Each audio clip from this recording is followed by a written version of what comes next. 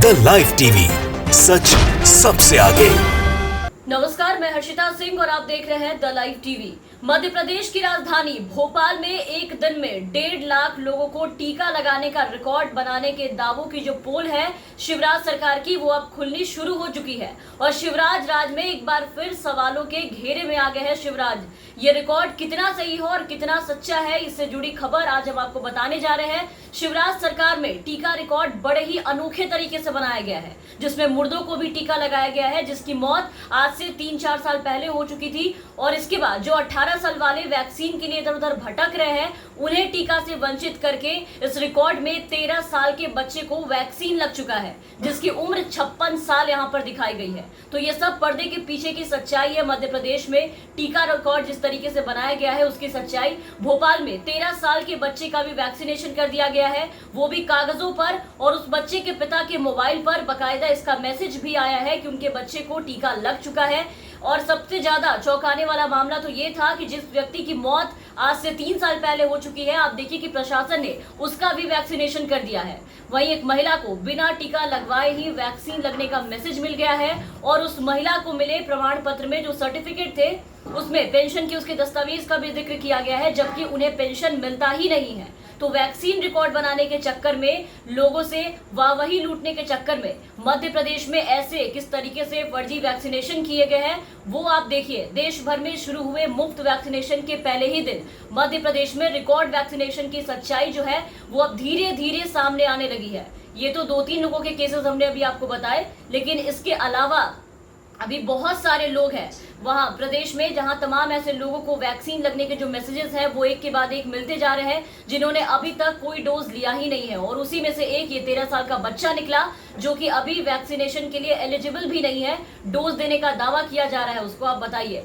इसमें 13 साल का ये लड़का है जिसके पिता को उनके मोबाइल पर इस तरीके से मैसेजेस मिले हैं कि उनके बेटे को वैक्सीन की डोज दे दी गई है।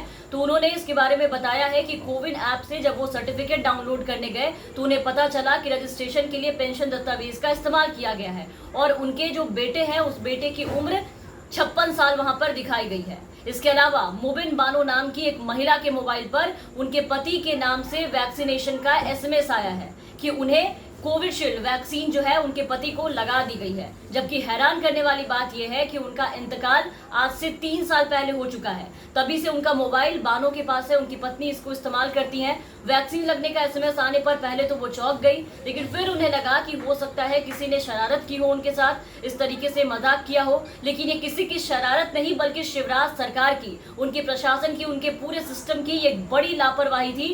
वैक्सीन के नाम पर हो रही जो हेरफेर थी, उसका ये एक मामला था। तो राज्य में जो चल रहा है, वैक्सीन के लिए मारे मारे फिर रहे लोगों को आप देखिए कि वैक्सीन नहीं मिल रही और ये यहाँ लोगों को दिखा रहे हैं कि हमने वैक्सीन देने में रिकॉर्ड बना लिया है। इनके दावों की सच्चाई दैनिक भास्कर ने बहुत अच्छे से छापी है, बहुत अच्छे से बताया है। दैनिक भास्कर की एक रिपोर्ट में ये बताया गया है कि मध्य प्रदेश की राजधानी भोपाल में 21 जून को महा वैक्सीनेशन अभियान के दौरान पहले ही दिन काफी घालमेल जो है वो निकल करके सामने आया। ये देखिए आप, दैनिक भास्कर की रिपोर्ट जो है हम आपको दिखा रहे हैं।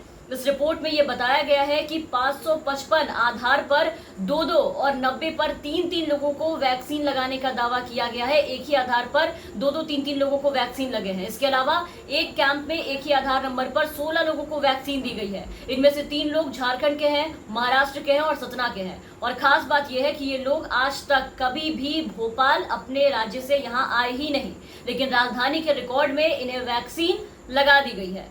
मतलब गजब के घोटाले हैं ये शिवराज के राज में। आपको बता दें कि दैनिक भास्कर ने करीब 10,000 लोगों के वैक्सीनेशन डेटा का जो है वो एनालिसिस किया अपने रिपोर्ट में। यहाँ इसमें जो सामने आया है कि कुल 661 लोगों के आधार नंबर पर 1459 लोगों को वैक्सीन दे दी गई है। रिपोर्ट देख पा रहे होंगे आप अपने स्क्रीन पर। यहाँ एक लाइन से ऐसे लोगों के नाम जो है वो बताए गए हैं जिनको बिना भोपाल आए दूसरे स्टेट में बैठे बैठे वैक्सीन लग चुका है। आप देख पा रहे होंगे उनके नाम। मतलब शिवराज सरकार और उनके सिस्टम इतनी हाईटेक हो चुकी है कि सीधा वैक्सीन फेंक कर यहाँ से दूसरे स्टेट में बैठे लोगों को सीधा वैक्सीन दे दी जा रही है, यहाँ से डोज लगा दी जा रही है। धन्य है ये सरकार और उनके बनाए गए ये फर्जी रिकॉर्ड।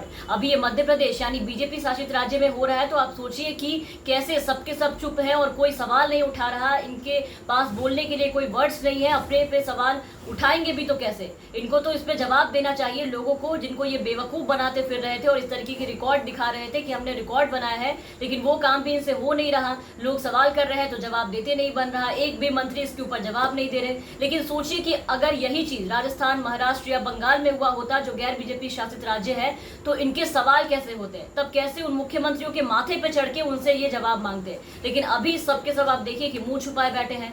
पूरे कोरोना काल में कोरोना वैक्सीन से लेकर के कोरोना टेस्ट तक में आपने देखा कि हर बीजेपी शासित राज्यों में सिर्फ घोटाले ही घोटाले मिले हैं देखने को।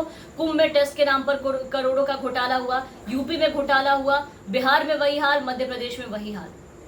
तो इसको कहते हैं आपदा में अवसर तलाशना, जो बीजेपी के मुख्यमंत्रियों को, उनके नेताओं को, उनके प्रधानमंत्री को बखूबी आता है। और वही आपदा में अवसर ये कोरोना जैसी भयानक महामारी में निकाल रहे हैं, उसे तलाश रहे हैं।